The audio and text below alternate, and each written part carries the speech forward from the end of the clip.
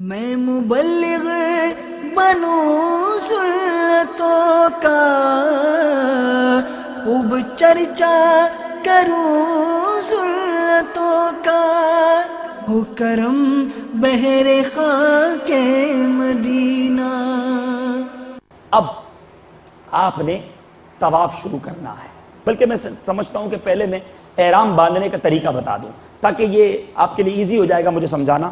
تو چلیں مل کر آپ جب تک لبیک پڑھیں، لبیک اللہم لبیک لبیک لا شریک لک لبیک ان الحمد والنعمت لک والملک لا شریک لک لبیک اللہم لبیک لا شریک لک لبیک ان الحمد والنعمت لک والملک لا شریک لک لبیک اللہم لبیک لبیک لا ان الحمد والنعمت لک والملک لا شریک۔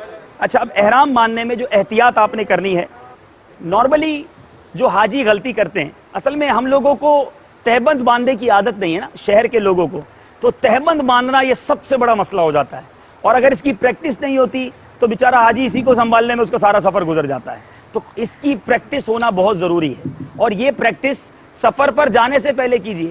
ہم لوگ بڑے عجیب لوگ ہیں، بہت ساری چیزیں پہلے پریپیئر کرتے ہیں اور جو بیسک چیزیں وہ چھوڑ دیتے ہیں۔ تو احرام جو ہے اس کی پریکٹس اپنے گھر میں کیجئے۔ میں مشورہ دوں گا حاجیوں کو کہ اس کو گھر میں پہنیے، اور ایک دو بار گھر میں پہن کے اس کو سو بھی جائیے، کوئی مسئلہ نہیں ہے، کیونکہ وہاں اپنے احرام پہن کے سونا ہے۔ تو پہلے پریکٹس یہاں کر لیجئے بھائی، بعض اوقات بڑے مسائل ہو جاتے ہیں۔ اچھا، پھر اس کو پہن کر چلیے بھی اپنے گھر کے اندر، واک کیجئے کہ مجھے چلنے میں پرابلم تو نہیں ہو رہی، کھل تو نہیں جاتا، ورنہ نارملی دیکھا گیا حاجی بیچارہ ایئرپورٹ پہ بھی پہن کے نہیں آتے، احرام لے کر آتے ہیں اور وہاں باندھ رہے ہوتے ہیں۔ اب ایک ہاتھ میں بورڈنگ کارڈ ہوتا ہے، ایک ہاتھ سے احرام سنبھالا ہوا ہوتا ہے، ان کو یہی ڈر ہوتا ہے احرام نہ کھل جائے، تو اب سارا راستہ وہ احرام ہی کی ٹینشن میں گزرتا ہے، تو وہ کیا عبادت کرے گا؟ تو یہ کوئی اتنا بڑی سائنس نہیں ہے اس میں، آپ صرف احرام باندھنا سمجھ لیں۔ دیکھیں میں آپ کو جو طریقہ بتا رہا ہوں، انشاءاللہ اگر آپ نے طریقہ اپنا لیا تو آپ کو بہت زیادہ آسان ہو جائے گا۔ دیکھیں یہ دو اس کے کونے ہیں، ٹھیک ہے، ان دونوں کونوں کو پہلے تو آپ ملا لیجئے، اور آپ نے پھر عرض کر رہا ہوں صرف احرام ہوگا جسم پر اور کوئی کپڑا نہیں ہوگا، اس لیے چاہ رہا ہوں کہ پہلے پریکٹس کر لیں، بار وہاں جا کے مشکل ہو جائے گی۔ اس کے بعد یہ جو کونا ہے، اس کونے کو تھوڑا سا 3-4 انچ مزید آگے بڑھا لیجئے، بڑا کر لیجئے ایک طرح سے، ٹھیک ہے، سمجھ گئے یہاں تک آپ؟ اور اس کو سارے بل اس کے کھول لیجئے، ناف سے تھوڑا اوپر اس کو 2-4 انچ اور اوپر کر لیجئے، تاکہ یہ آپ دیکھ لیں کہ نیچے کہاں تک جا رہا ہے۔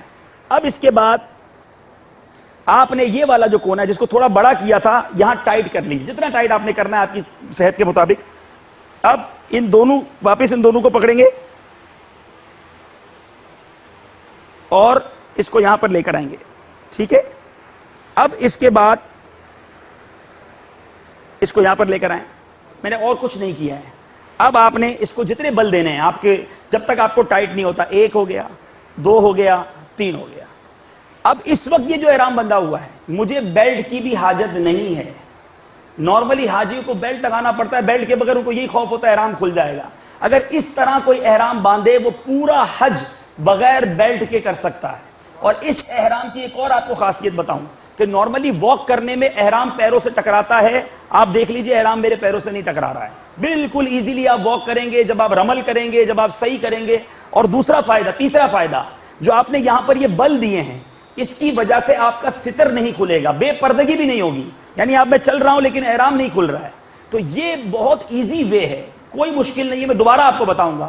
ہمارے چونکہ نارملی گھر میں ہم کب تہبند باندھتے ہیں؟ جب واش روم میں جاتے ہیں تو تولیہ باندھتے ہیں، تو ہم احرام بھی اسی طرح باندھنے کی کوشش کرتے ہیں، اور اگر کوئی تولیے کی طرح احرام باندھے گا اس کو مشکل کیا ہوگی میں آپ کو بتاتا ہوں۔ نارملی حاجی کیا کرتے ہیں، وہ گئے اور انہوں نے جناب یہ احرام باندھ لیا، ٹھیک ہے بھائی، یہاں احرام انہوں نے لٹکایا اور بیلٹ لگا دیا۔ اب اس احرام باندھنے میں آپ پورے پیک ہو گئے، اب آپ پیر ہی نہیں چلا سکیں گے، آپ کو بار بار یہ ٹکراتا رہے گا، ٹھیک ہے، آپ اپنے آپ کو بہت زیادہ کنجسٹڈ فیل کریں گے، اور اس میں بیلٹ ضروری ہے آپ کے لیے۔ لیکن میں نے وہ جو آپ کو طریقہ بتایا ہے، بیلٹ آپ کا صرف اور صرف سامان رکھنے کے لیے ہوگا، احرام سنبھالنے کے لیے نہیں ہوگا۔ جب آپ اس کو بیلٹ اس طرح احرام باندھیں گے، ونس اگین دوبارہ دیکھ لیں، مدنی چینل کے ناظرین بھی دیکھ لیں، احرام باندھنا ضرور سیکھیں اور اس کو بار بار باندھیں، کھولے پھر باندھے، کھولے پھر باندھے، گھر میں جانے سے پہلے باندھ لیں. دوبارہ دیکھ لیجئے. اور یہ دیکھیں، یہ فائدہ ہے لٹھے میں. اگر آپ تولیہ لیں گے تو بہت ہیوی ہو جائے گا، یہاں پر آپ کو اس کو کنٹرول کرنا مشکل ہو جائے گا. تو لٹھے کا اچھا تھوڑا موٹا لٹھا لینا چاہیے، یہاں کنجوسی نہیں کرنی چاہیے. احرام جتنا اچھا ہوگا، یہی تو کپڑے پہننے 5 7 دن 10 دن، اب احرام لیتے ہیں چیک ہی نہیں کرتے. یہ بھی ایک بڑا مسئلہ آپ کو بتاؤں. احرام خریدا، جس دن حج پر جانا ہے اس دن احرام کھولنا ہے. اب کھول کے پریشان ہوگا، یا اللہ یہ تو چھوٹا آ گیا، یہ تو پتلا آ گیا، اور دھاگے نکل رہے ہیں. تو بھائی پہلے چیک کر لیتے. کپڑے لیتے تو پہلے چیک کرتے ہیں نا. تو احرام لیتے ہی وہی چیک کریں پہلے تو اس کے پاس. اچھا کچھ ہوتے ہیں ماشاءاللہ لمبے قد کے، ان کا احرام جناب وہ شارٹ بن جاتا ہے کیونکہ انہوں نے احرام چیک ہی نہیں کیا ہوتا. تو جیسا قد ہے اس مطابق احرام لیجئے. ماشاءاللہ کچھ صحت مند ہوتے ہیں، وہ احرام ان کا پورا ہی نہیں ہوتا ان کو، کیونکہ انہوں نے چیک نہیں کیا ہوتا. تو آپ کی جیسی ہائٹ، آپ کی جیسی ہیلتھ ہے، اس حساب سے آپ احرام خریدیں. اور تھوڑا سا اچھی کوالٹی کا کپڑا ہونا چاہیے، ورنہ بہت پتلا احرام لے لیں گے، ذرا سا پسینہ نکلے گا آپ کا جسم چھلکنا شروع ہو جائے گا. بے پردگی بھی تو ہوگی نا. اگر پسینہ چھلکے گا، زمزم شریف گر گیا، فوراً آپ کا جسم چھلکنا شروع ہو جائے گا. تھوڑا سا موٹا ہونا چاہیے کپڑا، اچھی کوالٹی کا کاٹن ہو، تاکہ آپ کو احرام میں تکلیف نہ ہو. ونس اگین آپ یہ دیکھ لیجیے، یہ والا حصہ جو ہے تھوڑا سا 4-5 انچ آپ نے زیادہ رکھنا ہے. کیوں رکھنا ہے یہ بھی ٹیکنیکل سمجھ لیں، کیونکہ آپ نے اس کو یہاں دبانا ہے. تو یہ اب دونوں برابر ہو جائیں گے. اب آپ اس کو لے کر آئیں دوبارہ، اس کے بعد آپ یہاں لے کر آئیں دونوں حصوں کو. اگر 2-4 انچ آگے پیچھے ہو جائے تو اٹس ناٹ ایشو، آپ ساتھ لے کر آ گئے. اور اب آپ نے 1 2 جتنی آپ کو ضرورت ہے، 3 ضروری نہیں ہے، 3 کر لیں. اب آپ کا یہ احرام جو ہے دیکھ لیں، اب یہ اس کے طے بھی لگ گئی آپ کے لیے. اب کوئی انشاءاللہ چلنے پھرنے میں پرابلم نہیں ہوگی. اب اوپر کا احرام کس طرح باندھنا ہے؟ اوپر تولیے کا ہو، جو میں نے عرض کیا تھا. میں نے ابھی امامہ بھی پہنا ہے، کپڑے بھی پہنے ہیں، یہ آپ کو سکھانے کے لیے. احرام کے وقت کچھ بھی نہیں ہوگا، ٹھیک ہے نا. اب یہ دیکھ لیجئے، اس میں یہ بھی تھوڑا بڑا ہونا چاہیے، کیونکہ نماز وغیرہ میں احرام بار بار آپ کا گر سکتا ہے نا. یہ تھوڑا سا چھوٹا احرام، میں آپ کو مشورہ دوں گا کہ تھوڑا بڑا احرام لیں. اب آپ نے یہ احرام پہنا، اور کم از کم سائز کیسے چیک کریں، اس کو گھمائیں پیچھے، اور گھومنے کے بعد یہ یہاں پر کچھ انچ آنا چاہیے. اتنا بڑا لے لیں کہ کچھ انچ یہاں احرام آپ کا آئے گا، دین یو آر سیٹسفائی. کیونکہ اب آپ جب نماز پڑھنے کے لیے رکوع میں جائیں گے تو گرے گا نہیں. اور اگر احرام یہی ختم ہو جاتا ہے تو جب رکوع میں جائیں گے جب گرے گا، آپ جب اٹھائیں گے. یہ آپ کو الگ ایک ٹینشن ہے. اور یاد رکھیں، نماز کے اندر سینہ کھل گیا تو نماز مکروہ تحریمی ہو جائے گی. تو نماز میں ہمیں سینہ اور یہ کاندھا وغیرہ چھپانا بھی ہوگا. تو آپ سمجھ گئے کہ احرام تھوڑا سا بڑا ہو. اب یہ ہو گیا. نماز کے وقت کیا کرنا چاہیے، ایک اور مشورہ آپ کو دے دیتا ہوں. جب آپ نے نماز پڑھنی، اسپیشلی آپ یہ والا سرا جو ہے اس کو اس میں پھنسا لیں، ٹھیک ہے. یہ والا سرا آپ نے اس میں پھنسا لیا. اب آپ نے یہ پیچھے لائے، اور اب تھوڑا سا بڑا ہوگا نا تو فائدہ یہ ہوگا کہ آپ یہاں سے لا کر اس کو یہاں بھی پھنسا دیں گے. اب اللہ نے چاہا تو آپ نماز جتنی بار رکوع میں جائیں آپ کا احرام نہیں کھلے گا. انشاءاللہ پوری نماز سکون سے پڑھیں گے، آپ کو تکلیف نہیں ہوگی. ورنہ آپ دیکھیں گے کئی حاجی بیچارے کبھی تیبند سنبھال رہے ہوتے ہیں، کبھی اوپر والا احرام سنبھال رہے ہوتے ہیں. تو یہ چیزیں سیکھ لیں، کوئی مشکل نہیں ہے. اچھا، اب نماز کے اندر ایک اور احتیاط. نارملی ہم نماز پڑھتے ہوئے کیا کرتے ہیں؟ اللہ اکبر، ٹھیک ہے بھائی، یوں ہی ہاتھ اٹھاتے ہیں نا. پیٹ بھی کھل گیا، سینہ بھی کھل گیا. پیٹ اور سینہ کھلنا نہیں چاہیے احرام میں. اب کیا کریں بھائی؟ جب بھی اللہ اکبر کریں گے آپ کا پیٹ اور سینہ کھل جائے گا. اس کی احتیاط بتاتا ہوں. جب آپ نے احرام پہن لیا، آپ اپنے ہاتھوں کو تھوڑا سا باہر نکالیں. اللہ اکبر، ٹھیک ہے. نہ سینہ کھلا نہ آپ کا پیٹ کھلا. دوبارہ دیکھ لیجئے، تھوڑا سا آپ باہر نکالیے ہاتھ کو. اللہ اکبر. اس طرح آپ کا یہ نہ سینہ کھلے گا نہ پیٹ کھلے گا. آپ پراپر طریقے سے نماز ادا کر سکیں گے. میں بات کر رہا تھا طواف کی. یہ کچھ چیزیں سیکھنی ہوں گی آپ کو. استباء کس کو کہتے ہیں، رمل کس کو کہتے ہیں، مستجاب کون سی جگہ ہے، حجر اسود کون سی جگہ، یہ سب کتابوں میں موجود ہے. You have to read about at least 3 times. کم از کم گھر سے نکلنے سے پہلے ان تمام چیزوں کو 3 بار پڑھ لیں. مووی بھی ضرور دیکھ لیں تو آپ کے لیے یہ آسان ہو جائے گا. بہرحال استباء کس کو کہتے ہیں؟ سیدھا کاندھا کھلا رکھنے کو. اب چونکہ احرام کے جب بھی ہم احرام خریدنے جاتے ہیں اس کی تصویر، اس کے اوپر ایک تصویر لگی ہوئی ہوتی ہے احرام والے کی، اور وہ ایک کاندھا کھلا ہوا ہوتا ہے. تو ہمارے کئی حاجی جو ہیں وہ سارا راستہ ایک کاندھا کھلا رکھتے ہیں. گھر سے نکلیں گے اور جناب یوں نکلیں گے، بس وہ سفر پہ یوں ہی جائیں گے. بھائی یہ کیوں کھولا ہوا ہے آپ نے؟ بھائی وہ تو احرام کا طریقہ یہی ہے. احرام کا طریقہ یہ نہیں ہے. اگر اس طرح کر کے آپ نے نماز پڑھی تو آپ کا کاندھا سینہ کھلا ہو رہا ہے، یہ درست نہیں ہے، ٹھیک ہے؟ تو اب آپ نے طواف شروع کرنا ہے. میں نے جس طرح آپ کو بتایا کہ آپ پہلی حاضری ہو گئی. اب آپ کو سب سے پہلے یہ ڈھونڈنا ہے کہ حجر اسود کہاں ہے. حجر اسود پہ پہنچے، بہت آسان ہے، وہاں گرین لائٹس اب لگا دی گئی ہیں، بالکل گرین لائٹس کی سیدھ میں بسم اللہ اللہ اکبر والصلاۃ والسلام علی رسول اللہ، دونوں ہاتھ آپ نے اس طرح اٹھانے کہ سینے اور چہرے کی سیدھ میں آ جائیں اور آپ نے اس کو چوم لینا ہے. استلام کہلاتا ہے یہ. حجر اسود کو بوسہ دینا بڑی سعادت کی بات ہے، سنت رسول صلی اللہ تعالی علیہ وسلم. لیکن آج کل اور خاص طور پہ حج میں اتنا رش ہوتا ہے کہ آپ بغیر دھکا دیے، بغیر کسی کو تکلیف دیے آپ بوسہ نہیں دے سکتے. تو یا تو آپ ریسلنگ کر لیجئے، یا جناب آپ کو ایوارڈ حاصل کر لیجئے کہ میں نے جناب وہ حجر اسود کو بوسہ دیا ہے، یا پھر لوگوں کی دل آزاری اور دھکے سے بچیے. یہاں تو ہم اپنے عیب معاف کروانے آئے ہیں، تو دور سے استلام یہی بہتر ہے. اب آپ فوراً ٹرن ہو جائیں گے اور آپ کے لیفٹ پر کعبہ شریف ہوگا. اب آپ نے طواف شروع کرنا ہے. طواف کی دعائیں کتاب میں موجود ہیں، دعائیں پڑھیں، درود پاک پڑھیں، آنسوؤں کو بہنے دیں، ادھر ادھر مت دیکھیں. وہاں اسلامی بہنیں بھی ہوتی ہیں، ان کے چہرے کھلے ہوئے ہوتے ہیں. طواف کے دوران بھی اگر کوئی بدنگاہی کر رہا ہے تو اس سے بڑا بدنصیب کون ہے؟ آنکھیں جھکی ہوئی ہوں، آنسو بہ رہے ہوں، گناہ یاد آ رہے ہوں، وہ یاد آئے کہ یہ وہی جگہ ہے جہاں میرے آقا نے طواف کیا، جہاں انبیاء علیہ الصلوۃ والسلام نے طواف کیا. بہرحال طواف کے 7 چکر ہوں گے اور 8 استلام ہوں گے، کیونکہ 7th کے اینڈ پر بھی آ کر آپ استلام کریں گے. تو اب آپ کا یہ طواف کمپلیٹ ہو گیا. اوکے، اب آپ نے جناب سعی پر جانا ہے صفا اور مروہ کے لیے. اس سے پہلے 2 رکعت نفل پڑھ لیں. مقام ابراہیم پر بہت رش ہوتا ہے، کوشش کریں اس کے پیچھے جگہ مل جائے، ورنہ پورے مطاف کے اندر کہیں بھی طواف کرنے جہاں جگہ ہے آپ 2 رکعت نفل احرام کے پڑھ لیں. پھر آپ جناب آب زمزم پر آئیں، جی بھر کر آب زمزم پئیں، آنکھوں پر لگائیں، سر پہ لگائیں، جسم پر تھوڑا تھوڑا لگائیں، اچھی اچھی نیتوں کے ساتھ لگائیں. ملتزم پر بھی پہنچنا بہت مشکل ہوگا. ملتزم کہتے ہیں کعبے کے دروازے اور حجر اسود کے درمیان کی جگہ. یہ بہت چھوٹی سی جگہ ہے بظاہر، مگر یہ بہت مقبول جگہ ہے، آنسو بہانے کا مقام ہے. وہاں تک آپ نہ پہنچ سکے اس کے قریب کھڑے ہو کر دعا مانگ لیں. اب آپ نے جانا ہے صفا اور مروہ کے لیے. اس سے پہلے کہ میں صحیح کی بات کروں، ایک بڑی اہم بات عرض کرتا چلوں.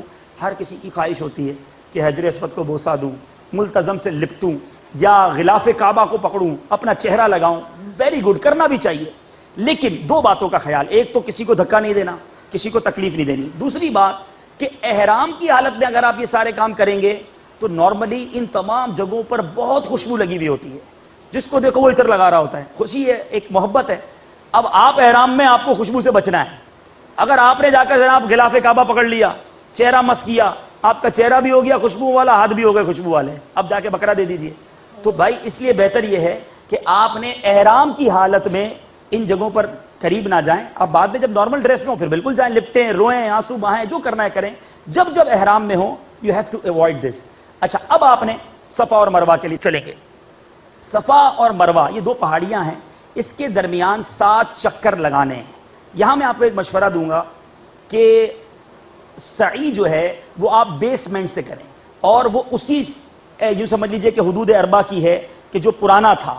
تو صفا مروہ آپ نیچے بیسمنٹ میں جا کر 7 چکر لگائیں گے. صفا سے مروہ 1، مروہ سے صفا 2. یہاں بھی مسکنسیپشن ہے، لوگوں کو غلط فہمی ہے، بیچارے 14 چکر لگاتے ہیں کہ صفا سے مروہ اور مروہ سے صفا آنا 1 ہو گیا، پھر گئے، پھر واپس آئے 2، اور ٹانگے پکڑ کے بیٹھے ہوتے کیا ہو گیا بھائی ہم کو تو یہی بتایا تھا کسی نے. تو بھائی صفا سے مروہ 1 ہے، مروہ سے صفا 2 ہے. سعی شروع صفا سے ہوگی، ختم مروہ پہ ہوگی. 7واں چکر وہاں جا کر ختم ہو جائے گا. اب یہ پورا جو پروسیجر ہے اس میں آپ کا عمرہ کمپلیٹ ہو گیا. ٹھیک ہے، اب اگر آپ تمتع کر رہے ہیں آپ حلق کروائیں گے، یا تو پورے سر کے بال منڈوائیں، یہ سنت بھی ہے، یا کم از کم 1/4 بال کے 1 پورا کم از کم کٹنا چاہیے. یہ اتنا آسان نہیں ہے، نارملی لوگ 2-4 کینچیاں مار کے فری ہو جاتے ہیں، ایسا نہیں ہونا چاہیے. اگر آپ نے حلق صحیح نہیں کروایا یا قصر نہیں کروایا تو احرام کی پابندیاں برقرار رہیں گی. یہ یاد رکھیے گا، مرد و عورت کے معاملات کی پابندی بھی برقرار رہے گی، خوشبو کے معاملات کی پابندی بھی برقرار رہے گی. بندہ اگر حلق ہی نہیں کروایا، پاکستان چاہے کیوں نہ آ جائے، اس پر احرام کی پابندیاں برقرار ہیں. تو اس کو بہت سیریس لینا چاہیے. بہتر یہی کہ حلق کروا لیں. وہاں بال آقا کی بارگاہ میں، رب کی بارگاہ میں قربان کر دینا بھائی. ٹھیک ہے، اچھا عمرہ ہو گیا. اب اگر تو حج قران کوئی کر رہا ہے تو اس کو طواف قدوم کرنا ہوگا. اور اس کے لیے یہ حلق نہیں ہے کیونکہ اس کا تو احرام اترے گا ہی نہیں. میں پروسیجر حج تمتع ہی کا چلاتا ہوں تاکہ آپ کنفیوز نہ ہوں, ورنہ حج قران والے کو عمرہ کے بعد ایک اور طواف کرنا ہوگا, طواف قدوم, یہ اس کے لیے سنت موقدہ ہے. بہرحال اب آپ نارمل ہو گئے, کپڑے آپ نے پہن لیے, خوب عبادتیں کریں, خوب آپ جناب عبادت کرنے کے ساتھ ساتھ طواف کریں, اور اب آپ نے مینا جانا ہے. مینا کب جائیں گے؟ 7 ذوالحجہ کی رات ہی سے معلم کی طرف سے آپ کو بتا دیا جائے گا کہ فلاں جگہ سے آپ کی بس روانہ ہوگی. 8 کی صبح بھی لوگ جاتے ہیں. یہ یاد رکھیں 8 کو ظہر کی نماز, 8 ذوالحجہ کو ظہر, عصر, مغرب, عشاء اور 9 کی فجر, یہ 5 نمازیں مینا میں پڑھنا سنت ہے. آپ 8 کی ظہر سے پہلے پہلے مینا کبھی بھی پہنچ جائیں. رات کو جانا چاہتے ہیں 7 کی رات کو چلے جائیں, کوئی بات نہیں, حاجی کو لے جاتے ہیں. اب یہاں آپ نے احرام پھر باندھنا ہے. اب آپ نے حج کی نیت کرنی ہے. اپنے گھر سے بھی کر سکتے ہیں, حرم میں جا کے کر لیں, بڑی اچھی بات ہے, لیکن بہت رش ہوتا ہے, آپ کہیں سے بھی کر لیں. مینا پہنچ گئے, نمازیں پڑھی. مینا میں بھی ہم نے دیکھا کہ خیموں کے اندر ہنسی مذاق, سیاسی گفتگو, فلاں ادھر کی ادھر, اس کو دیکھ رہے ہیں. ارے یہ مبارک جگہ ہے, عبادت کیجیے. اپنے ساتھ قرآن شریف لے جائیے گا, پنسورہ لے جائیے گا, وظائف کی کتاب لے جائیے گا, تسبیح لے جائیے گا, اور عبادت کریں. اور پھر جو رات ہے نا, جس کو کہتے ہیں شب عرفہ, صبح عرفات کا دن ہے, یہ بہت مبارک رات ہے, مانگنے کی رات ہے. اگر تھک گئے ہیں تو سونا ہے نا, تھوڑا سا سوئیے گا, زندگی پڑی ہے آرام کرنے, پھر اٹھ جائیں, تہجد پڑھیں اور اب عبادت کریں, مانگے رب سے. امیر علیہ سنت نے اس میں ایک دعا لکھی ہے, 1000 بار فرمایا اس دعا کو پڑھیں. اگر 1000 بار نہیں تو جتنی بار کم از کم پڑھ سکتے ہیں پڑھیں, تو یہ دعا پڑھیں. اب یہاں ایک تھوڑا سا کنفیوژن یہ ہوگا کہ حاجی کو معلم کی طرف سے 8 ذوالحجہ کی رات ہی عرفات موو کرنا شروع کر دیتے ہیں. دن کو رش کافی ہو جاتا ہے تو وہ آپ کو کہیں گے نہیں بھائی آپ چلیں. تو اب آپ نے یہ دیکھنا ہے کہ اگر آپ چند لوگ مل کر جا رہے ہیں تو پہلے ہی معلم سے بات کر لیں کہ بھائی ہمیں فجر پڑھنے دو, یہاں پر ہماری یہ سنت ادا ہو جائے. اور نارملی وہ نہیں مانتے تو لے جاتے ہیں. اب آپ اس پر بحث نہ کریں, اگر آپ کو اجازت مل جاتی ہے, اگر آپ چند لوگ شامل ہو جائیں گے تو وہ آپ کو بس دے گا. 9 کی صبح بھی بس دی جائے گی, آپ فجر پڑھ کے جائیں, بہتر یہ ہے. اور اگر آپ دیکھتے ہیں کہ میرا کوئی ساتھی نہیں ہے, پورا قافلہ ہی جا رہا ہے, تو اب علماء فرماتے ہیں کہ وہ 8 کی رات کو بھی عرفات جا سکتا ہے, تو آپ چلے جائیے گا. ہاں اگر آپ پیدل حج کر رہے ہیں تو ٹینشن ہی ختم ہے, آپ آرام سے فجر پڑھیں, اپنے ساتھ اپنے حساب سے پیدل جائیں گے. بہرحال اب وہ مبارک دن آئے گا جس دن مغفرت کا وعدہ ہے, رحمت کی برسات ہے. خوب یوں سمجھ لیں کہ عرفات کے میدان پر رب کی رحمت ہوتی ہے.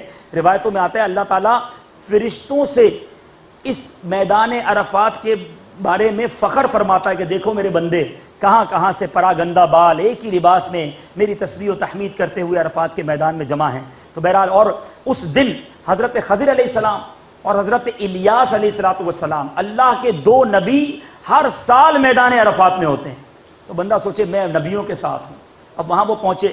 اب یاد رکھیں یہاں پر کیا کرنا ہے, عرفات کے میدان میں خوب دعائیں, اور کوشش کریں کہ وہ دن بغیر چھت کے گزاریں, ٹینٹ کے اندر نہ بیٹھیں. اگر بہت دھوپ ہے تھوڑی دیر اندر آئیں, پھر باہر آ جائیں, پھر اندر آئیں, پھر باہر آ جائیں. وہاں غسل کرنا سنت موقدہ ہے.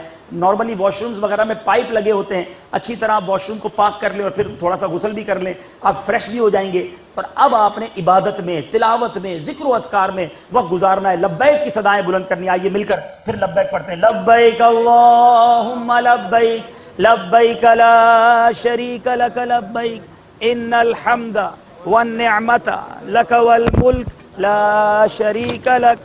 صلو علی الحبیب صلی اللہ تعالی علی محمد صلی اللہ علیہ وسلم. اب عرفات کے میدان میں یہاں آپ ظہر کے وقت میں ظہر ادا کریں, عصر کے وقت میں عصر ادا کریں. اور اب خاص طور پہ عصر کے بعد جو شام کا وقت ہے خوب دعائیں مانگیں. ہر طرف آپ کو صدائیں نظر آ رہی ہوں گی, لوگ جمع ہوں گے, مانگ رہے ہوں گے, رو رہے ہوں گے. آپ بھی دعا میں شامل ہو جائیں, خوب دعائیں مانگیں. یہاں بھی معلم کی طرف سے تھوڑی جلدی مچائی جاتی ہے, اور شام 4 بجے ہی سے بسیں روانہ کرنا شروع کر دیتے کہ چلو بھائی مزدلفہ چلو, مزدلفہ چلو. یاد رکھیے گا عرفات کے دن سورج غروب ہونے سے پہلے پہلے کوئی بھی عرفات چھوڑ کر اگر باہر چلا گیا اس پر دم واجب ہو جائے گا. آپ نے نہیں جانا, اس کی ذمہ داری آپ کو لے جانا. آپ جلدی نہ کیجئے, جب تک آپ کو یقین نہ ہو جائے کہ سورج غروب ہو گیا تب تک آپ عرفات سے نہیں نکلیں گے. لیکن ایک بات یہاں یاد رکھنی ہے, عرفات میں مغرب نہیں پڑھنی. وقت ہو جائے گا مگر مغرب نہیں پڑھنی. آج کی رات مغرب آپ نے عشاء کے وقت میں پڑھنی ہے. اور کہاں پڑھنی ہے؟ مزدلفہ کے اندر. مغرب اور عشاء ملا کر پڑھی جائے گی مزدلفہ میں. اب مغرب کا یقین ہو گیا. اب آپ اگر بس میں جا رہے ہیں تو بس میں چلیں, ورنہ آپ بائی واک چلے جائیں. اور میرا یہاں ایک مشورہ ہے, اگر آپ پورا سفر بائی واک نہیں بھی کر سکتے تو آپ عرفات سے مزدلفہ ضرور بائی واک جائیں. اس کی وجہ یہ ہے, ایک تو یہ رات کا وقت ہوگا, بڑا کول ایٹماسفیئر ہوگا, آپ اتنا تھکیں گے نہیں, اور آپ بہت مزے سے جائیں گے درود پاک وغیرہ لبیک پڑھتے ہوئے. اس کی وجہ یہ کہ نارملی 20 سے 25 سے 30 لاکھ حاجی ایک ہی وقت میں موو کرتے ہیں, اور جب یہ موو کرتے ہیں بسوں کے اندر تو ٹریفک ایسا جام ہوتا ہے کہ جام کس کو کہتے ہیں وہ آپ کو وہاں جا کے سمجھ آئے گا, ٹھیک ہے نا. تو نارملی 7-8 گھنٹے لوگ بس میں بیٹھتے ہیں, اور اب وہ بس سے اتر بھی نہیں سکتے. اب جس کو بیچاروں کو ڈائبٹیز ہوتی ہے یا ان کو پیشاب استنجا وغیرہ کی حاجت ہے, وہ پھنس جاتے ہیں بعضوں کا, نہیں اتر سکتے بس سے. اب ان کو یہ خوف ہوتا ہے اتریں گے تو بس چلی جائے گی, تو بڑا عجیب معاملہ ہو جاتا ہے بعضوں کا. تو اگر آپ بائی واک ہوں گے, تھوڑی دیر بعد واش رومز بھی آ رہے ہوں گے, وضو خانے بھی آ رہے ہوں گے, کھانے پینے کے ٹھیلے بھی لگے ہوئے ہوتے ہیں, تو اٹس انجوائبل ٹرپ. آپ درود پاک پڑھتے ہوئے واک کریں اور آپ مزدلفہ میں ایزیلی داخل ہو جائیں گے. یاد رکھیں مغرب اور عشاء آپ نے مزدلفہ میں پڑھنی ہے, لیکن اگر آپ نہیں پہنچ سکے, آپ پھنس گئے ٹریفک میں یا بائی واک میں بھی پھنس گئے اور وقت جا رہا ہے, تو آپ مزدلفہ سے باہر بھی مغرب اور عشاء پڑھ لیں گے. اور ماشاءاللہ یہ میں چاہ رہا تھا, ہمارے اسلام نے بھیج دیا, یہ اوقات نماز و سحر و افطار, یعنی 24 آورز, یعنی 12 مہینے میں جس نماز کے جو ٹائمنگز ہیں, یہ الحمدللہ ہمارے مکتبۃ المدینہ نے شائع کر دیا. آپ کو یہ بھی یہاں سے مل جائے گا, یہ اپنے ساتھ ضرور لے جائیں. مکہ مدینے کے ٹائمنگز ہیں, تو آپ کو پتہ چل جائے گا کہ آج کا دن جو ہے جناب وہ فجر کا وقت کیا ہے, عشاء کا وقت کیا ہے, مغرب کا وقت کیا ہے. تو آپ کے لیے بہت آسانی رہے گی. دعوت اسلامی کی ویب سائٹ ہے www.dawatislami.net. All over the world اس کے ٹائم ٹیبلز موجود ہیں. آپ اپنے موبائل, اگر سافٹ ویئر والے موبائل ہیں, وہ سافٹ ویئر ڈاؤن لوڈ کر لیں. آپ دنیا میں کہیں بھی ٹریول کریں, آپ کو نماز کے ٹائمنگز اس میں سے مل جائیں گے. اینی وے, اب آپ مزدلفہ میں داخل ہو جائیں. مزدلفہ میں جو رکنے کا وقت ہے, یہ پورے سفر میں نے شروع میں آپ کو کہا تھا صبر. مینا سے جلدی مچائی, جلدی عرفات پہنچا دیا, عرفات سے جلدی مچا کے مزدلفہ پہنچا دیتے ہیں, اب مزدلفہ سے جلدی بچا کے مینا پہنچا دیتے ہیں. اب یہاں بھی صبر کرنا ہے آپ. اس کا دیکھیں علم ہوگا تو پتا ہوگا. فجر کی اذانیں آپ خود سن لیں گے جو حج پر جا رہے ہیں, رات 3 بجے آپ کو فجر کی اذانوں کی آواز آئے گی. 3:30 بجے بھی اذان دے رہے ہوں گے, ارے بھائی ابھی فجر کا وقت نہیں ہوا, لیکن پتہ نہیں حاجیوں کو کیا جلدی ہوتی ہے, وہ سمجھتے ہیں بھائی صبح ہو گئی, فجر کی اذان دے کے فجر پڑھنی اور بھاگنا ہے. حالانکہ یاد رکھیں کہ مزدلفہ سے اگر کوئی بغیر کسی عذر کے فجر کا وقت جب شروع ہوتا ہے نا, صبح صادق, مزدلفہ کا وقوف کا وقت کیا ہے پہلے یہ تھوڑا سا سمجھ لیں. صبح صادق, سحری کا وقت ختم ہوا, فجر کا وقت شروع ہوا, اس کو کہتے ہیں صبح صادق, اور فجر کا وقت ختم ہوا. یہ جو 1, 1.5, پونے 2 گھنٹے ہوتے ہیں, یہ ٹائم میں سے کوئی بھی ایک لمحہ بھی مزدلفہ میں گزارنا واجب ہے. اگر کوئی فجر کا وقت شروع ہونے سے پہلے ہی چلا گیا تو اس پر دم ہو جائے گا, اور اگر کوئی فجر کا وقت ختم ہونے کے بعد آیا تو بھی اس پر دم ہو جائے گا. تو بٹوین دیٹ ٹائم آپ نے مزدلفہ میں ہونا ضروری ہے. لیکن لوگ ٹائم ٹیبل نہ معلوم ہونے کی وجہ سے, جلدی بچانے کی وجہ سے پہلے فجر پڑی اور نکل گئے, فجر بھی گئی اور مزدلفہ کا وقوف بھی گیا. کنکریاں, بہت بڑے بڑے پتھر بھی نہیں ہوں, بہت چھوٹے چھوٹے کنکر بھی نہیں ہوں, کھجور کی جو گٹھلی ہوتی ہے نا, اس کے مطابق اس کی مقدار ہونی چاہیے. 49 آپ کو مارنے ہیں 3 دن کے اندر. پہلے دن 7, دوسرے دن 21, تیسرے دن 21, تو یہ کتنے ہو گئے 49. میرا مشورہ یہ ہے کہ آپ 63 لے لیں, پیارے آقا کی عمر مبارک کی نسبت بھی ہو جائے گی, اور 63 اس لیے کہ اگر کبھی گرا گئی تو آپ کے پاس ایکسٹرا ہو, بچ جائے گی تو کسی حاجی کو دینے میں کام آ جائے گی. تو آپ اچھے انداز سے چھانٹ لیں, اس کو دھو بھی لیں. اس کا بھی ایک مشورہ دوں گا کہ آپ منرل واٹر کی جو چھوٹی بوٹل ہوتی ہے وہ اپنے ساتھ رکھیے گا, مل جائیں گی آپ کو وہاں پر, خرید لیں گے آپ. اس میں وہ کنکریاں رکھنا بڑا ایزی رہتا ہے, وہ دھل بھی آسانی سے جائیں گے. اس کو پانی سے بھرے, اس کو ہلائیں, پانی گرایا, وہ دھل بھی گئی. ورنہ نارملی کنکریاں دھونا تھوڑا سا مشکل ہو جاتا ہے. تو بوٹل آپ کی پھر بیلٹ میں پھنسا لیں, یا اپنے بیگ میں جو آپ کو اسکول بیگ بتایا تھا اس میں ڈال لیں, تو آپ کے لیے ایزی ہو جائے گا. اب آپ نے مینا پہنچنا ہے. اب یہاں بھی حاجی جلدی کرتے ہیں, فوراً جناب ابھی ابھی مزدلفہ سے نکلے پہلے ہی جا کے کنکری مارنی ہے. اس وقت لاکھوں لاکھ حاجی کنکری مار رہے ہوتے ہیں. آپ کے ساتھ بیگ بھی ہوگا, بیگ لے کے اگر آپ جمرات پر چلے گئے, شیطان کو مارنے چلے گئے, وہ بیگ چھین لیا جائے گا. وہاں سیکیورٹی کے لوگ کھڑے ہوتے ہیں, ایک بھی بیگ نہیں جانے دیتے. تو اس کا بہتر طریقہ یہ ہے کہ چونکہ اب آپ واپس مینا آئے ہیں, تھک بھی بہت گئے ہوں گے, بلکہ میں یہ کہا کرتا ہوں کہ تھکن کہتے کس کو ہیں, یہ حج پہ جا کر پتہ چلتا ہے. ہیں الحمدللہ وہاں کی تھکن بھی پیاری ہے. تو اب آپ مینا میں آ جائیں, اپنے خیمے میں آ جائیں, خیمے میں آ کر بیگ بھی رکھ دیں, فریش ہو جائیں, وضو وغیرہ کر لیں, 1-2 گھنٹے آرام بھی کر لیں, کوئی مسئلہ نہیں ہے. آپ کو جلدی کس بات کی ہے؟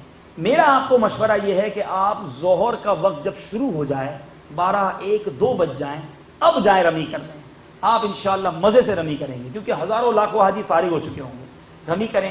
اب 7 کنکریاں مارنی ہیں, بسم اللہ اللہ اکبر کہہ کر اتنا ہاتھ اٹھانا ہے کہ بغل کی سفیدی نظر آئے, اور سیدھے ہاتھ میں انگوٹھے اور شہادت کی انگلی کے درمیان کنکری مارنی ہے. اس میں اچھی اچھی نیتیں ہوں کہ آج میں اس کو شیطان کو مار رہا ہوں, اپنے نفس امارہ کو بھی مار رہا ہوں, اپنی بری عادتوں کو بھی مار رہا ہوں. یا اللہ میں شیطان کو جو رمی کر رہا ہوں تو مجھے شیطان کے واروں سے محفوظ فرما. ان نیتوں کے ساتھ رمی کریں. اس کا ڈائریکشن کیا ہوگا؟ پہلے دن جب رمی کریں گے تو آپ کا رخ بھی قبلہ کی طرف ہوگا. ٹھیک ہے, قبلہ کی طرف بھی ہوگا اور جمرے کی طرف بھی ہوگا. تو آپ نے رمی کرنا ہے, کتابوں میں سب لکھا ہے, میں تھوڑا ریپڈ چل رہا ہوں. اب آپ نے رمی کرنی. رمی کے بعد اب آپ کا نیکسٹ کام ہے قربانی. اوکے, قربانی کے لیے یہاں ایک اور مسکنسیپشن یہ ہے کہ لوگ ٹوکن خرید لیتے ہیں قربانی کے. وہاں باکس اسٹال لگے ہوتے ہیں, آپ قربانی کے ٹوکن خرید لیں, اس پہ ٹائم لکھا ہوگا 10 تاریخ کو صبح 9:30 بجے آپ کی قربانی کر دی جائے گی, 10 تاریخ کو 10 بجے آپ کی قربانی کر دی جائے گی. ارے بھائی ہم نے رمی نہیں کی ہوگی. اگر آپ نے رمی نہیں کی اور آپ کی قربانی ہو گئی تو وہ قربانی ادائی نہیں ہوئی. یہ یوں سمجھ لیجئے کہ ترتیب یاد رکھنی ہے. سب سے پہلے رمی, پھر قربانی, پھر حلق. اس کے بعد آپ احرام سے فارغ ہوں گے. کوئی پہلے قربانی کر لے, پھر رمی کر لے, پھر حلق کر لے, نہیں چلے گا. فرسٹ آف آل رمی, قربانی, پھر حلق, یعنی بال کٹوانا. تو اس کا بیسٹ طریقہ یہ ہے کہ آپ 5-7 لوگ, 10 لوگ, 15 لوگ یا گروپ لیڈر جو ہوتے ہیں ان کو اپنا نام لکھوا دیں, ان کا فون نمبر لے لیں, اپنا پاس بھی موبائل رکھیں, چارج رکھیں. نارملی بنا عرفات میں بندہ ٹریول میں ہوتا ہے, موبائل ہی ڈاؤن ہو جاتا ہے, یا اپنا ڈاؤن ہو جاتا ہے, اس کا ڈاؤن ہو جاتا ہے. تو ایکسٹرا بیٹری رکھیں یا چارج رکھیں. اور جب تک آپ کو یہ کنفرمیشن آپ اس کو نہ دیں کہ بھائی میں نے رمی کر لی ہے, اب وہ قربانی کرے, اس سے پہلے نہ کرے. اور اب اس کی طرف سے جب تک آپ کو کنفرمیشن نہ آئے کہ آپ کی قربانی ہو گئی ہے تب تک آپ نے حلق نہیں کرنا. ورنہ بندے نے کہا میں نے اس کو کہہ دیا حلق کر دو, نہیں, اس کو بکرا ملا نہیں ملا, کٹا نہیں کٹا, جب تک آپ کو یہ کنفرمیشن نہ ہو جائے آپ نے حلق نہیں کر پانا. ٹھیک, قربانی ہو گئی. قربانی کی شرائط وہی ہیں جو بقرہ عید میں ہیں, بے عیب جانور ڈھونڈنا ہے, یہ سارے معاملات دیکھنے ہیں. اور اب اس کے بعد آپ نے احرام سے آپ حلق کروا کے فارغ ہو جائیں گے. آپ کا الحمدللہ حج کا یہ دن گزر گیا. اب حج کا دوسرا رکن اعظم, پہلا بڑا رکن عرفات تھا, دوسرا ہے طواف الزیارہ. ٹھیک ہے, اب یہاں بھی جلدی اسی دن طواف الزیارہ کرنا ہے, اور اب یہ بھی کرنا ہے. ارے بھائی تھکے ہوئے ہو, سارے لاکھوں لوگ وہاں پہنچ گئے ہیں, کوئی ہاتھ توڑوا کر آتا ہے, کوئی پیر پکڑ کے آتا ہے, کیا ہوا یار وہ طواف الزیارہ کے لیے گیا تھا, 3 گھنٹے میں کر کے آیا ہوں, پیر پہ لگ گئی چوٹ. بھائی اتنی جلدی کیا تھی آپ کو, احرام تو اتر گیا نا آپ کا, اب آپ تھوڑا ریلیکس ہو جائیں. صرف ایک پابندی باقی ہے مرد و عورت کے تعلقات والی, باقی ساری پابندیاں ختم ہو چکی ہیں. طواف الزیارہ کے بعد وہ بھی ختم ہو جائے گی, تو آپ تھوڑا سا ریلیکس کر لیں. میرا اپنا آپ کو اوپینین مشورہ یہ ہے آپ دوسرے دن طواف الزیارہ کریں. سیکنڈ ڈے اگر آپ عصر کے بعد مکہ پاک چلے جائیں, عصر کے بعد مغرب کے بعد آپ طواف الزیارہ کریں. اللہ نے چاہا اگر آپ کو یاد ہوگا تو آپ مجھے دعا دیں گے. اتنا ریلیکس کے ساتھ آپ کا طواف الزیارہ ہوگا. تو اب کیا کرنا ہے, پہلا دن ہو گیا, صحیح ہو, قربانی ہو گئی, احرام اتر گیا, اب مینا میں رہیں. زبردست خیمے ہیں آج کل تو جناب وہ ایئر کنڈیشن خیمے ہیں, وہاں وقت گزاریں.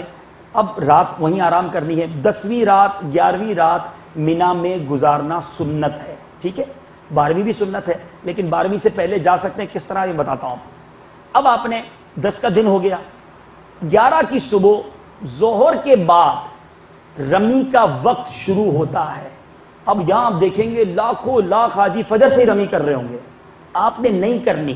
رمی کا وقت جب شروع ہوگا جب ظہر کا وقت شروع ہوگا. اور یہ آپ کو کیسے پتا چلے گا, جب آپ کے پاس یہ ہوگا کہ بھائی ظہر کا وقت ہو گیا ہے, ہاں بھائی 12:02 پہ ظہر کا وقت ہو گیا ہے, اب رمی کا وقت شروع ہوا. لیکن یہاں بھی آپ کو مشورہ دوں گا جلدی مت کیجیے, بہت رش ہوگا ظہر کے بعد بھی. آپ 4 بجے عصر سے آدھا 1 گھنٹہ 1.5 گھنٹہ پہلے جائیں. اللہ نے چاہا بالکل جمرہ کے برابر میں کھڑے ہو کے رمی کریں گے. اچھا, پہلے دن آپ نے صرف بڑے شیطان کو کنکری مارنی ہے, اور دوسرے اور تیسرے دن تینوں شیطانوں کو کنکری مارنی ہے, چھوٹے, منجلے اور بڑے. اور اسی سیکوینس سے یہ آتے ہیں. جب آپ جائیں گے تو پہلے چھوٹا شیطان آئے گا, درمیانہ اور پھر بڑا. ساتھ ساتھ تینوں کو مارنی ہے. ظہر کے بعد فوراً نہیں, 4, 4:30, 5 بجے جا کے ماریں. مغرب سے پہلے جب بھی مارنے وہ مکروہ وقت نہیں ہے، مغرب کے بعد بھی مار سکتے ہیں مگر وہ مکروہ وقت شروع ہو جاتا ہے. تو بیفور مغرب آپ ایوننگ میں جا کے مارے، کول ٹیمپریچر بھی ہوگا. اب میں آپ کو جو 4 بجے کا بتا رہا ہوں کیوں بتا رہا ہوں، اپنے 4 بجے رمی کی اور اب آپ وہیں سے رمی کرتے ہی آپ مکہ پاک کے لیے روانہ ہو جائیں، مینٹلی پریپیئرڈ ہو کے جائیں کہ اب میں نے طواف الزیارہ کے لیے جانا ہے. تو خیمے سے جو واک آپ کی جمرات تک ہوگی وہ آپ کو مکے کے قریب کر چکی ہوگی. رمی کرنے کے بعد آپ مکہ پاک کی طرف چلے جائیں، آپ حرم پہنچیں گے مغرب کے آس پاس. اب آپ وہاں پر آرام سے طواف کریں، نفل پڑھیں، دعا کریں، اور اب آپ چاہیں تو بائی واک، ورنہ بسیں چل رہی ہوتی ہیں، گاڑیاں چل رہی ہوتی ہیں، واپس مینا آ جائیں کیونکہ وہ رات بھی مینا میں گزارنا سنت ہے. اب 12 کا دن آ گیا. 12ویں دن ایک ہی کام ہے آپ کا، رمی کرنی ہے. ظہر کے بعد وقت شروع ہو جائے گا. آپ نے ظہر کے بعد نہیں جانا، میرا مشورہ ہے پھر وہی 4 بجے جائیں. سکون سے آپ رمی کریں گے، ٹاپ فلور سے کریں، سیکنڈ فلور سے کریں. 4 منزلیں بنا دی گئی ہیں، بہت ایزیلی رمی ہوتی ہے. اب آپ وہاں پر رمی کریں، مبارک ہو، آپ کا حج پورا ہو گیا. تو اس طرح آپ کا یہ حج ہو جائے گا. اب جو آفاقی حاجی ہیں، یعنی وہ حاجی کہ جو مکہ پاک حرم طیبین سے باہر سے آئے ہیں، جیسے ہم پاکستان سے جا رہے ہیں، آفاقی کہلاتے ہیں ہم. ہمارے لیے طواف وداع کرنا بھی واجب ہے. طواف الوداع جس کو کہتے ہیں، طواف رخصت بھی کہتے ہیں. تو یہ آپ نے اب جب مکے سے جانا ہے اس سے پہلے ایک طواف اور کریں گے، وہ طواف وداع ہوگا. یہ کرنا ضروری ہے.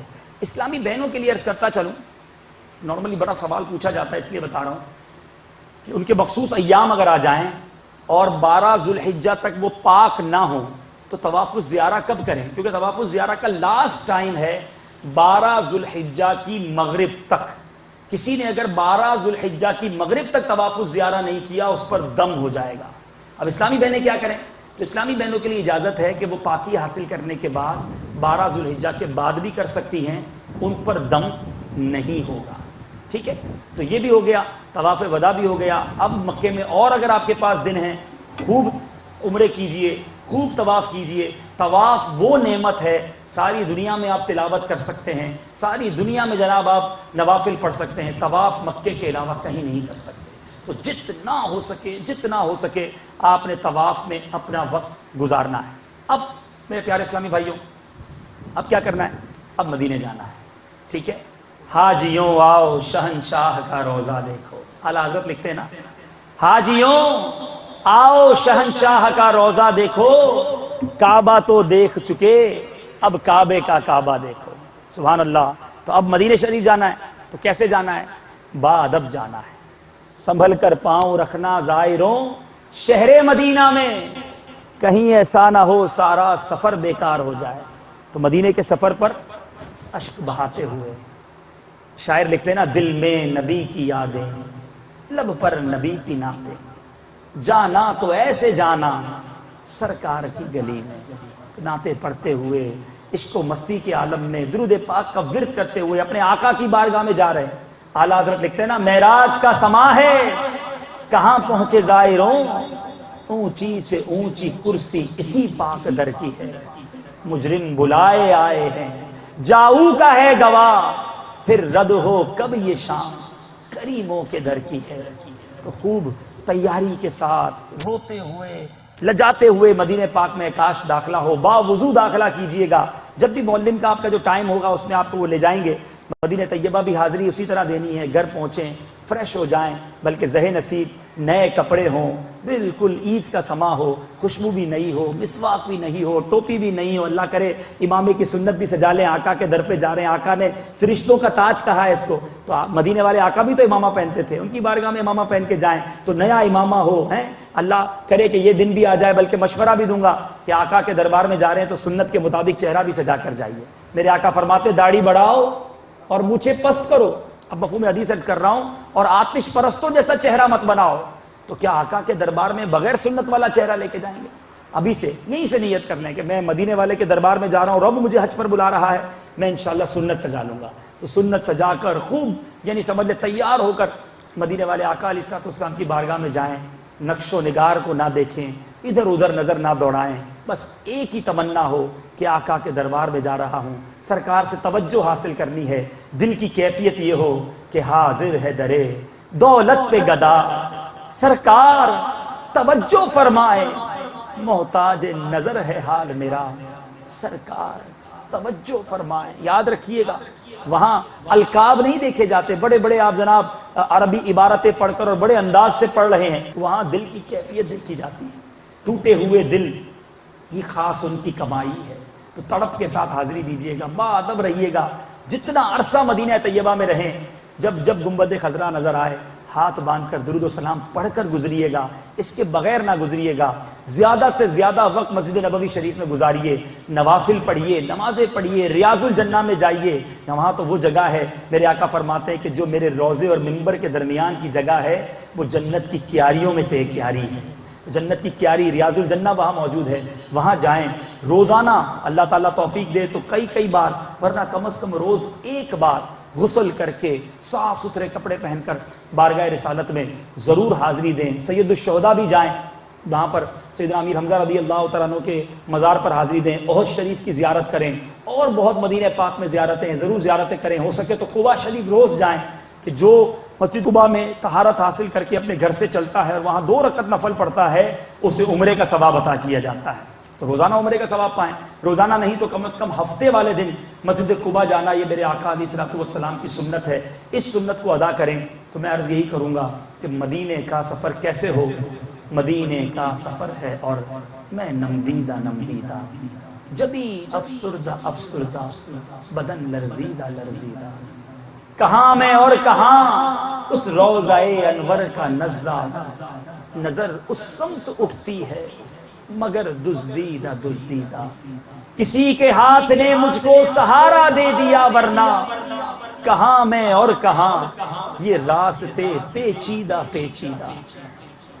مدینے جا کے ہم سمجھے تقدس کس کو کہتے ہیں, ہوا پاکیزہ پاکیزہ, فضا سنجیدہ سنجیدہ. خدا کی قسم دنیا میں کوئی ایسا شہر نہیں مدینہ طیبہ جیسا کہ جس کو دیکھنے کے لیے کروڑوں آنکھیں اشکبار رہتی ہیں. تو اے حاجیوں, مدینہ طیبہ میں باادب رہیے گا, با ذوق رہیے گا, اپنے آقا سے شفاعت کی خیرات مانگتے رہیے گا. اور جب واپسی ہو تو دل کی کیفیت یہ ہو کہ کس جیسے روح نکل جاتی ہے. مدینے سے رخصت عاشقوں کے لیے قیامت کا سما ہوتا ہے. روتے روتے الوداعی حاضری دیجیے گا, التجا کیجیے گا, آقا سے پھر حاضری کی التجا کیجیے گا کہ یا رسول اللہ مجھے پھر بلائیے. یہ تمنا ہو, یہ التجائیں ہوں کہ در سے غلام آپ کے جائیں تو جائیں کس طرح, چھوڑ کے آپ کا دیار سر کو اٹھائیں کس طرح. آپ کے در کی حاضری آقا ہماری عید تھی, کعبہ دل کو چھوڑ کر عید منائیں کس طرح. لوٹ کے اب چلے غلام, لیجئے آخری سلام, پھر یہ غلام آپ کے لوٹ کے آئیں کس طرح. سال آئندہ شاہ حرم تم, کرنا عطار پر یہ کرم تم, پھر مدینے میں رمضان دکھانا.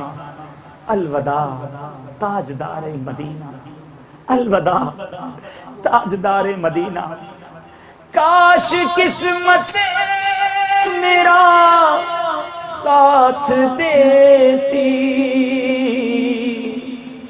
موت بھی یا بری میری کرتی. جان قدموں پہ قربان کرتا.